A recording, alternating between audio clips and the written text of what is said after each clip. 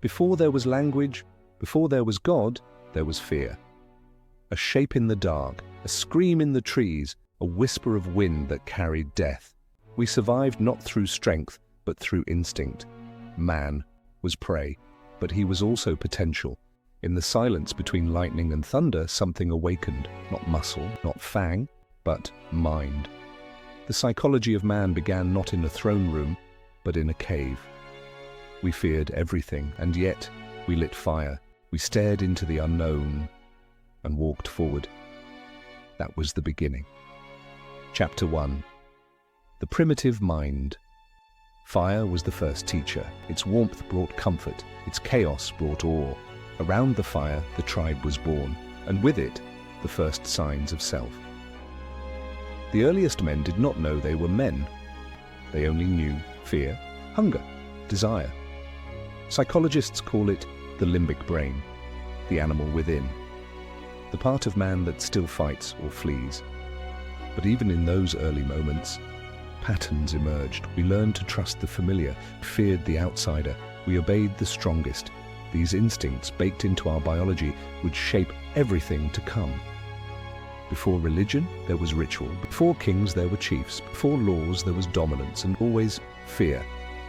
Even today, it lingers, not in roars, but in glances, not in beasts, but in boardrooms. We are ancient minds in modern suits.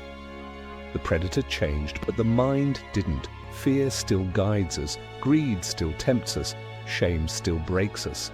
The primitive man is still here. He just wears cologne. Chapter 2. The Birth of the Self. Somewhere along the line, the question formed a key. Who am I? The first sense of self was not a revelation. It was a burden. With awareness came anxiety. With identity came separation. Early man began to see himself as different, not just from the world, but from others. And so began the dance between ego and tribe. Carl Jung would later call this the emergence of the persona, the mask we wear. Even then, man was splitting. What I feel, what I show, what I fear. We were no longer just surviving. We were thinking, comparing, pretending. The self had been born, and it was already lonely. We became storytellers, not to pass down truth, but to make sense of ourselves. Myths weren't just tales, they were mirrors. We crafted gods in our image to explain ourselves to ourselves.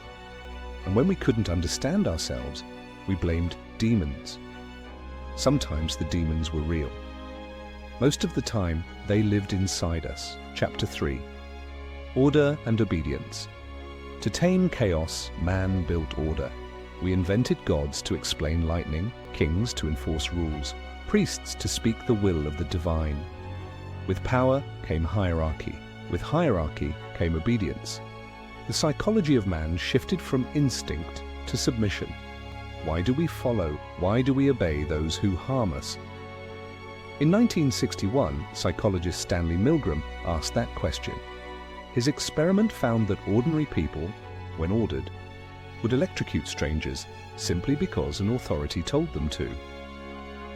The conclusion? Man does not need to be evil. He only needs to be obedient.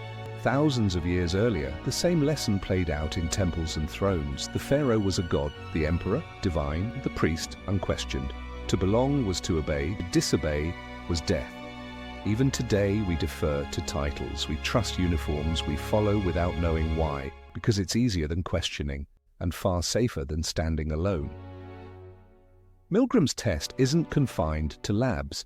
It plays out every day in offices, armies, and comment sections. We are still searching for permission to be human. Chapter 4. The Mirror. So where does that leave us? Are we better than we were?